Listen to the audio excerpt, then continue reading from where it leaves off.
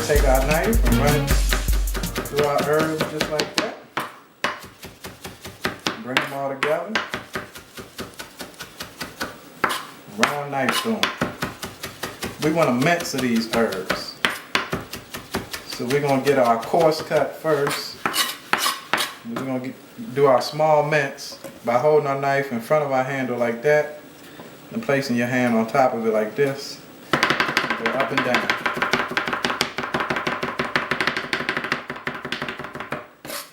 Alright, now where we're going to get a lot of the flavor from this dish is from the bacon. As you know, pork has a lot of flavor in it. So when we're doing this chicken marsala, we're going to have a little pork in it. So what I'm going to do is take the slices and I'm just going to lay them on top of each other like this. So we got 3 slices. And I'm just going to make slices just like that. Alright, now what we got here is our boneless, skinless chicken thighs. And I like to use dark meat because it's more flavorful. So just like the last episode, what we're going to do is cut this chicken with the grain.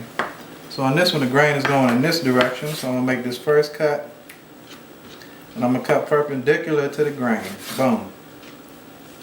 And we got our nice nuggets, our tenders. Alright, now that we've finished our chicken, we're going to give it a quick marinade before we start sauteing our vegetables. So I'm just going to add a little salt to it. Add a little salt to our chicken. Then I'm going to hit it with the Marsala wine, which is going to give us some good flavor. We don't need a lot. This is going to give it a nice quick marinade before we saute our chicken. Before we saute our vegetables. And by the time we get to our chicken, it will have sunk in. The flavor of the salt and the Marsala wine will have sunk in. And we'll have us a nice marinade for our chicken for when we're ready to saute our chicken. So we're just going to mix it up like that. And we're good to go.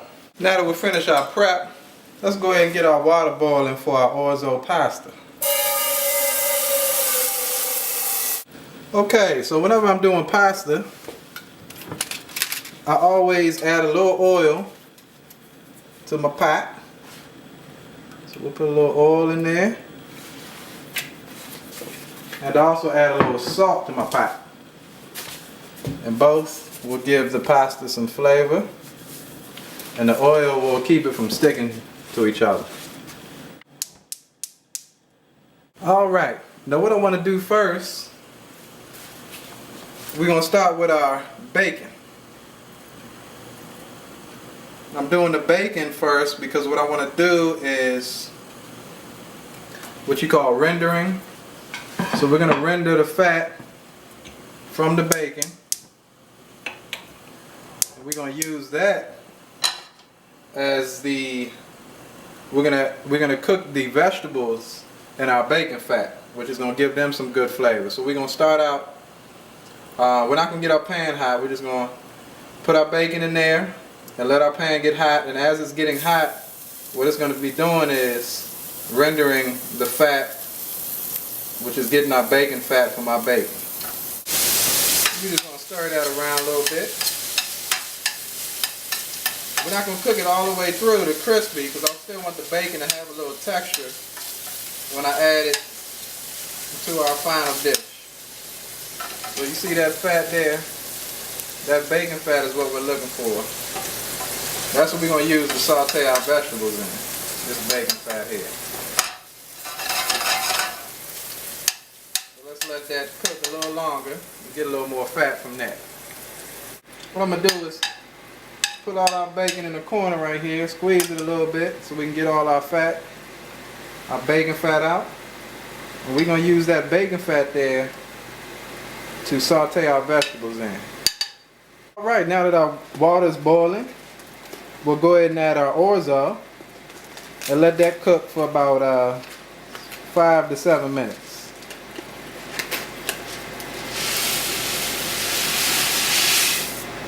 The orzo is a nice pasta because it kind of resembles the texture of rice, but it's not quite as grainy as rice is. So you'll enjoy that with your chicken marsala. So since we got our bacon fat rendered, we're going to add a little bit of that fat to the pan. And also we're going to add a little olive oil along with that fat.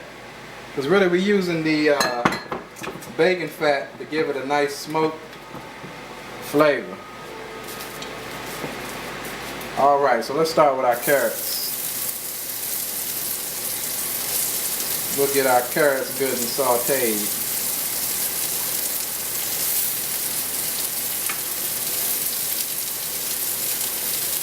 Get all them carrots in there.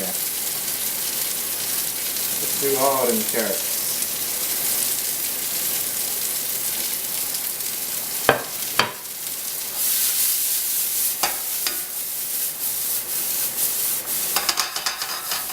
Be sure and stir up your orzo, because this type of pasta will stick to the bottom of your pan. So you want to be sure and stay on top of it and stir it up so it don't stick.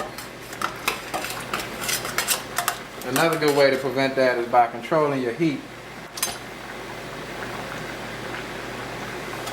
So once you get your heat hot and it's boiling, you can stir it up and you can cut down your heat a little bit.